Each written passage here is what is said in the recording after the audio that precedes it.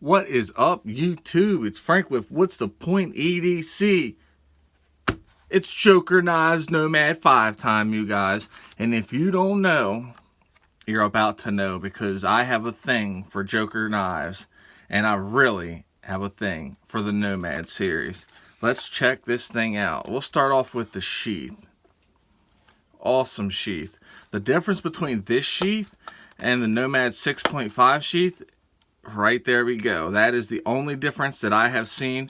I do not have the Nomad 6 any longer, so I can't tell you for sure. But from my memory, the Nomad 6 sheath does not have snaps, so you cannot just easily undo the sheath and remove it. I think that's a major plus. It's a very good addition to the sheath. Nice quality sheath as usual. Double stitching. Very nice thick sheath. We got what looks like wet formed is what they call it.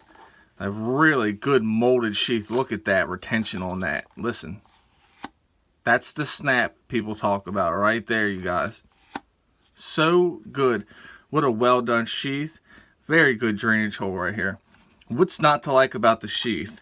Let's continue on to the knife. We'll put the sheath to the side. Oh man, since I got the chance to use the Nomad 6.5, I knew I wanted to have a chance to have fun with its little brother. This to me would be a more EDC friendly option compared to the Nomad 6.5. I definitely EDC'd the Nomad 6.5, just so you guys know. Just stop the babbling and get into some materials. What we have here is a, I'm gonna go ahead and call that a clip point. I don't know, I'm just calling that a clip point.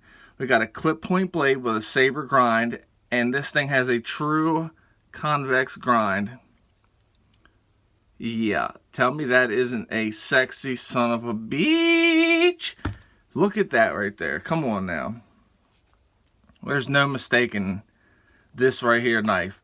Just because you have this like hog-nosed design right here. Look at that. I don't know, it just comes up really aggressively. Nice belly. I mean, this is a solid knife. It's a little thick, a little robust for an EDC for most people. Look at that stock right there. What is this blade stock? Let's just go ahead and take a look. We're going to do this together here. Let me grab this. Don't knock me because my batteries are dying. Stop it. I know your batteries are half dead too. Come on. Oh, it's not blinking anymore. Odd. Let's go ahead and check this stock real quick. Why don't we? There we go. 5 freaking millimeters. What a hoss of an EDC blade. This is more along the bushcrafty stuff, in my opinion. But like I said, you can still EDC this. You know, this is N695 steel, so it's very corrosion resistant, got great toughness, and you're not going to have a problem with edge retention. It's just not the most typical, most used steel. But from what I've learned so far, I've only had one knife in N695. I've had several in N690. This is a Bowler steel. N690 and N695 are both a Bowler steel. They're both ingot steels that are stainless. Very similar to each other. There is a little differences in between the two of them. I used the Nomad 6.5 with N695 steel, and it did amazing. So I talked to a friend of mine, Peterbilt Knife Guy. In fact, let's just go ahead and shout out Peterbilt Knife Guy, because he is the one who sent this my way. Much love. Greatly appreciate that. This is awesome. I appreciate it, man. He knew the Nomad series is my jam, and convex grinds are kind of my jam too.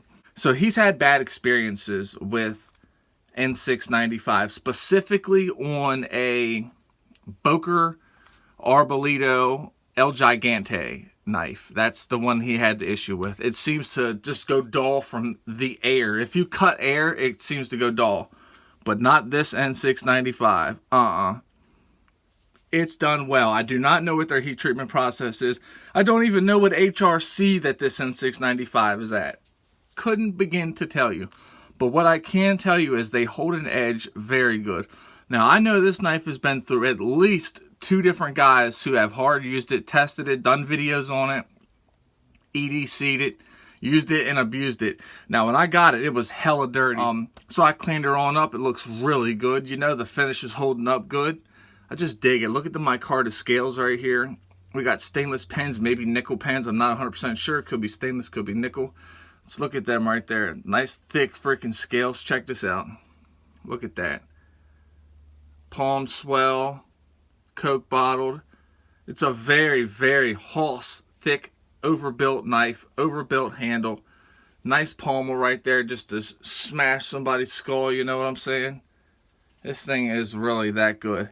Now, it is a little thicker, so it's going to be something that you probably want to use hard. You'd probably want to crank on really good, you know, when you're in some really hard material.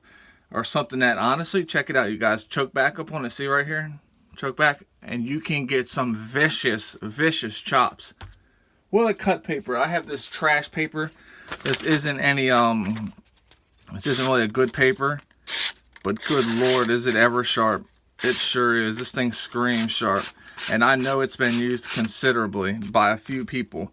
And you guys can expect a hard use testing coming soon. Let's go ahead and whip out a real quick size comparison, why don't we? Let's put 3 well-known knives up here. Why don't we jump this one off with the one and the only original, people killing, that's right, the original people killing Benchmade Adamas D2 version.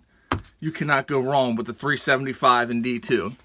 Followed by the Joker Knives Magna Cut version of the free reign. You see what I'm saying? We got 3 EDC fixed blades. They're on the borderline of being a little bit bigger than what a lot of people may want to carry. Let's go ahead and put 2 smaller true EDC fixed blades up here. Why don't we start this one off with the White River FC 3.5 Pro. We'll jump it off with that one right there. And you know that this one was coming. You know my knife was coming in. The Inflictor EDC, my baby. See what I'm saying? Definitely a Hoss of a knife. Let's go ahead and look at the blade stock on it here. Hoss. Let's check that tip out. Look, you're not going to have an issue with that tip at all. That thing is going to be freaking, it's going to be there. You can stab it in a tree and probably stand on it and use it as a freaking ladder. It's wild. This is a Hoss of a knife for sure. I think that the convex grind aids in the knife's ability to hold its edge, because even though this is something you're probably going to whack into wood and do a whole bunch of random stuff with that may be a little bit on the quote-unquote rougher side, it's going to hold up because convex edges are just tough. You know, they're tough. In my opinion, they hold their edge better. That's just my opinion. I have no actual real proof of that.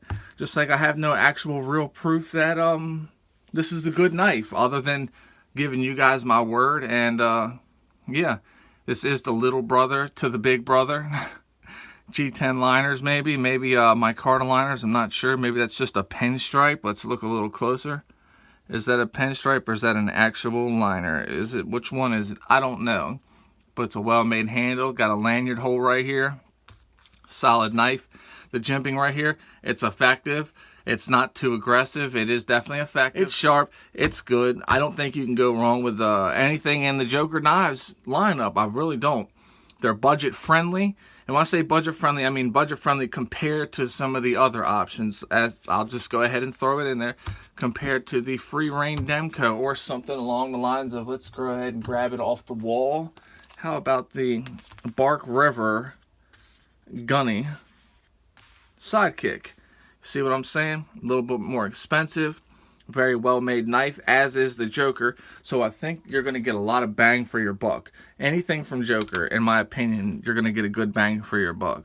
And they're well made, you guys. I'm going to put a link to the hard use video that I did with the Joker Nomad 6.5 in the description. I want you guys to check it out. Once again, shout out to Peterbilt Knife Guy for hooking a brother up and sending this my way. And fist bump to everybody who supports the channel. Without you guys, there is no WTP. And I mean it, you guys. You know what the motto is. Take it easy and stay greasy. Peace!